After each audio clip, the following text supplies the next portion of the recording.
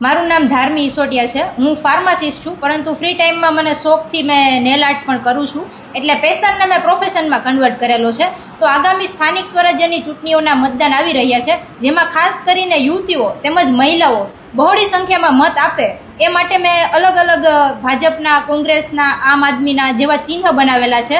જો આપ જોઈ શકો છો, વોટ ફોર, ભાજપનું ચિહ્ન, કોંગ્રેસનું ચિહ્ન, આમ આદમી તેમજ નોટા, આ અલગ અલગ બધા ચિહ્ન કરી અને લોકોને જાગૃત કરવા માટે કે તમે મત આપો.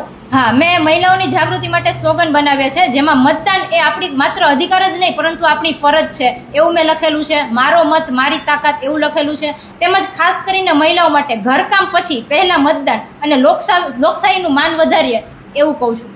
આ વિચાર મને અવારનવાર સલૂને લોકો, લેડીઝો આવતા હોય છે, જેમાં અલગ અલગ વાત થતી હોય તો ઘણા એમ કહે છે કે મારું તો હજી મતદાન કાર્ડ નથી નીકળ્યું, મારી નોંધણી નથી થઈ, મેં એક મત નહીં દઉં તો મને શું વાંધો થઈ છે. લોકો એવું મને અલગ અલગ કહેતા હોય છે.